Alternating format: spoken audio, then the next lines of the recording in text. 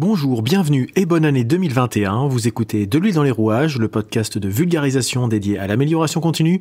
Je suis Nicolas Frébourg et pour ce premier épisode de l'année, je vais m'appuyer sur la pop culture et particulièrement sur une citation du film Spider-Man pour illustrer une problématique qu'on rencontre régulièrement en entreprise, notamment en matière de leadership et de pilotage.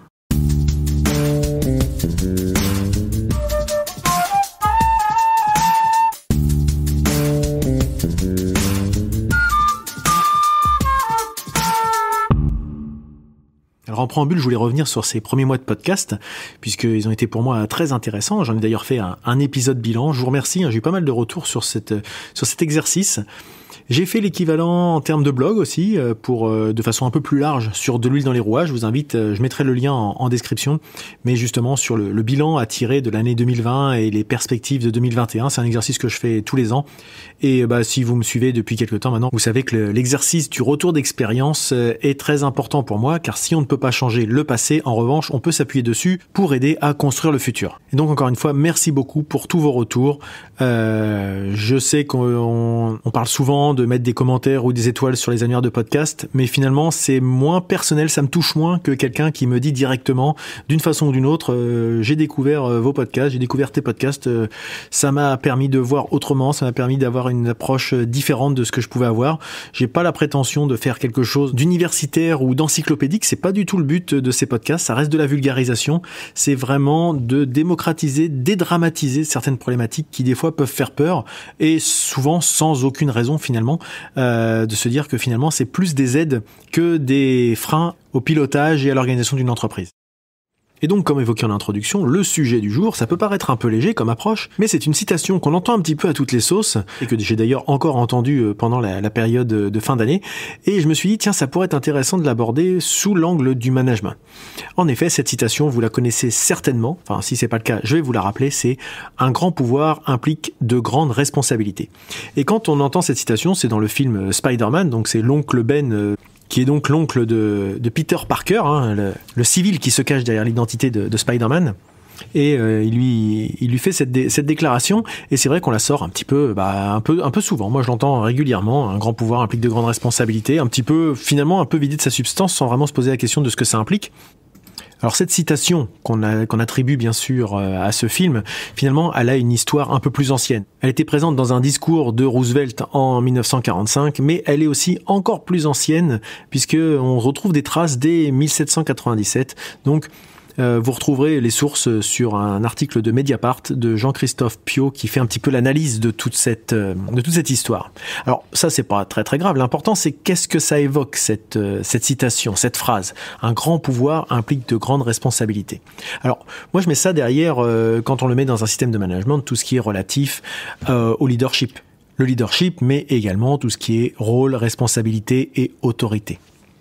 En effet, on comprend derrière cette phrase que derrière, quand on accepte le pouvoir qui nous est conféré par un statut hiérarchique, par une mission, par quelque chose derrière, ça engage derrière. On a une responsabilité. On ne prend pas que la gloire qui va avec le statut. Derrière, on doit rendre des comptes, on doit mettre en place des actions, etc. Moi, c'est comme ça que je l'interprète au niveau d'une entreprise. Alors effectivement, de temps en temps, on voit des contre-exemples, c'est-à-dire des gens qui sont à des postes de responsabilité, mais qui en fait n'ont pris que le pouvoir, et pas vraiment la responsabilité qui va derrière. C'est souvent des problèmes de management, de filtration, d'absence de transparence d'information, de rétention d'informations, en fait, c'est ça la problématique qu'on rencontre.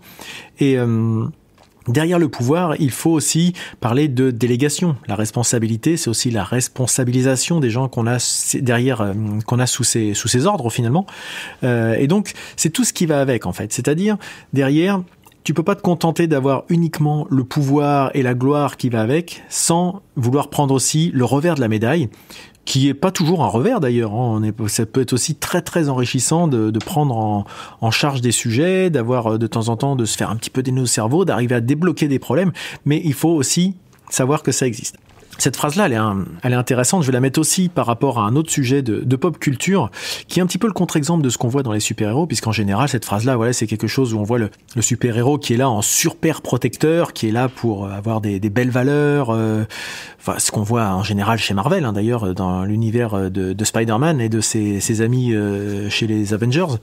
Mais il y a un finalement, il y a un contre-exemple que j'ai vu récemment, une série que j'ai beaucoup aimée. Alors, quand je la déconseille aux âmes sensibles, c'est la série The Boys, qui prend complètement le contre-pied, puisque là, on a des super-héros qui n'ont pas vraiment les valeurs qu'on connaît habituellement chez les super-héros et qui utilisent leur pouvoir à des fins personnelles, pour des intérêts privés. Et donc, la responsabilité qui est sous-jacente dans cette phrase et qu'on voit souvent dans les super-héros depuis une 50aine d'années, on se dit finalement donner un pouvoir à des gens qui n'assument pas les responsabilités qui vont avec, qui en font un petit peu ce qui les intéresse eux et pas forcément ce qui intéresse le bien commun finalement, qu'on retrouverait comme problématique dans une entreprise, et ben ça peut être très très contre-productif, voire problématique. Alors, ça c'est la première partie, mais j'ai eu l'envie aussi, c'est plus par rapport à un ressenti. Cette phrase-là, elle a fait écho parce que je l'ai prise à l'envers, finalement. J'ai rencontré plusieurs fois l'exemple et le contre-exemple, enfin pas le contre-exemple, mais le pendant ces derniers mois de l'inverse, en reprenant la phrase dans l'autre sens. Est-ce que finalement, donner des responsabilités n'implique pas de vouloir aussi donner du pouvoir ? Alors ça peut paraître un peu conceptuel peut-être comme question, mais pourquoi je vous pose la question ? Je me suis retrouvé plusieurs fois à auditer des gens, et ces gens-là se retrouvaient en responsabilité de certaines actions, sans avoir aucun pouvoir pour les mener au bout. Et ça, c'est quand même ça doit être une frustration assez dingue. Quand on se retrouve à auditer quelqu'un, qu'on lui dit, bah voilà, vous avez ça dans vos actions, dans vos responsabilités. Alors comment vous faites ? Bah non, là on est dans le rouge, on n'arrive pas à améliorer nos résultats. Ah bon ? Et qu'est-ce que vous pouvez faire pour faire changer ? Ah bah rien, parce que ça c'est pas dans mon périmètre de management, ou c'est d'autres personnes qui sont chargées de mettre en place ces actions, etc. Et je leur dis, mais pourquoi vous avez ça dans votre plan d'action ? Ah bah parce que on m'a demandé de suivre ça. Donc la personne prend une responsabilité pour laquelle elle n'a aucun pouvoir. Donc là, c'est en termes de système de management et d'amélioration continue, ça paraît inconcevable. Et pourtant, ça existe. Et je l'ai pas rencontré qu'une fois, je l'ai rencontré plusieurs fois ces derniers mois. C'est pour ça que cette phrase qui peut paraître de la philosophie un peu de comptoir, etc., elle fait écho parce que finalement, elle révèle pas mal de sujets qu'on peut rencontrer en entreprise. Et donc, attention à bien se poser la question de est-ce que quand on demande à quelqu'un de mener une action, on lui donne bien les moyens de la mener à son terme et donc d'atteindre les objectifs fixés. Parce que ça, c'est des choses que, là je le dis pour une personne, mais c'est valable également pour un service ou pour un processus. Il y a des gens qui se retrouvent en charge de piloter des actions pour lesquelles ils n'ont aucun pouvoir, et derrière, on s'étonne que les actions ne sont pas menées à leur terme et qu'on n'atteigne pas les objectifs. Donc, c'est bien se poser la question, encore une fois, de la cohérence, du sens, et à travers de cette chose qui vient effectivement de la pop culture, qui peut paraître légère parce que ça vient de Spider-Man, etc. D'ailleurs, ça m'a interpellé, ça m'a évoqué des problématiques très concrètes que j'ai pu rencontrer dernièrement. Donc, je trouvais que c'est une bonne entrée en matière pour attaquer l'année 2021 en se posant la question des pouvoirs et des responsabilités qui vont en face, et est-ce qu'on fait bien en sorte que tout ça soit bien cohérent dans un fonctionnement d'entreprise, et encore une fois dans une démarche d'amélioration continue, parce que l'objectif c'est quand même toujours d'atteindre des objectifs, d'essayer de s'améliorer, de faire en sorte d'être efficace et performant, et de ne surtout pas se perdre dans des actions inutiles. Voilà, moi c'est s'il y a un message que j'ai envie de vous faire passer, vous le sentez peut-être si vous me suivez depuis maintenant 31 épisodes, c'est ça. Faire de la qualité, mettre en place des démarches d'amélioration continue en général, ça n'est pas monter des usines à gaz, loin de là. Et ça ne doit pas être hors sol, ça ne doit pas être des beaux documents dans un coin, ça ne doit pas être ni des outils de sanction, parce que finalement, des fois on se dit, ouais mais telle personne, si on a mis telle responsabilité, mais qu'on lui donne pas le pouvoir de mener à bien sa mission, est-ce qu'on fait pas exprès de le faire aller tout seul dans le mur ? Il ou elle, hein, bien sûr, là c'est un il générique.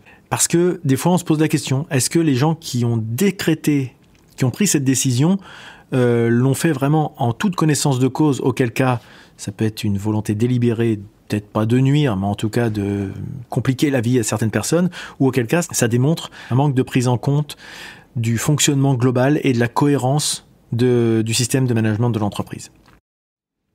Voilà, c'était un format un petit peu particulier, nouveau. J'espère que ça vous a plu quand même, que c'était pas trop déstabilisant par rapport à ce que vous avez l'habitude d'écouter dans les précédents numéros. Mais j'aime bien changer un petit peu d'approche, histoire de vraiment casser les codes, casser les silos, casser les domaines d'expertise et mélanger le pro, mélanger le quotidien, mélanger voilà un petit peu de culture populaire, etc. pour justement arriver à illustrer le mieux possible les sujets et les thématiques que je veux aborder et faire en sorte de dédramatiser, désacraliser un petit peu ces démarches qui peuvent parfois faire peur. Donc si vous êtes encore là, je suppose que c'est que ce podcast vous a plu, et s'il vous a plu, parlez-en autour de vous. Vous pouvez laisser, comme je l'ai dit tout à l'heure, des notes et des commentaires sur les annuaires de podcast. N'hésitez surtout pas à le partager autour de vous, puisque le bouche à oreille sont les meilleurs moyens de promotion de ce podcast. Et puis vous pouvez me faire des petits retours, quel que soit le moyen, que ce soit sur le site de l'huile-dans-les-rouages.fr, sur les réseaux sociaux, Facebook, Twitter, Instagram et LinkedIn. En tapant de l'huile dans les rouages, vous me trouverez facilement. Vous pouvez me poser des questions sur des sujets que vous souhaiteriez que j'aborde, ou des éclaircissements sur des thématiques et du vocabulaire abordés, ou des problématiques que vous rencontrez dans votre quotidien et sur lesquelles vous voulez qu'on échange ensemble. Voilà. N'hésitez pas, vous pouvez me contacter très facilement. Il me reste maintenant à vous souhaiter de passer une très bonne journée, et je vous dis à bientôt.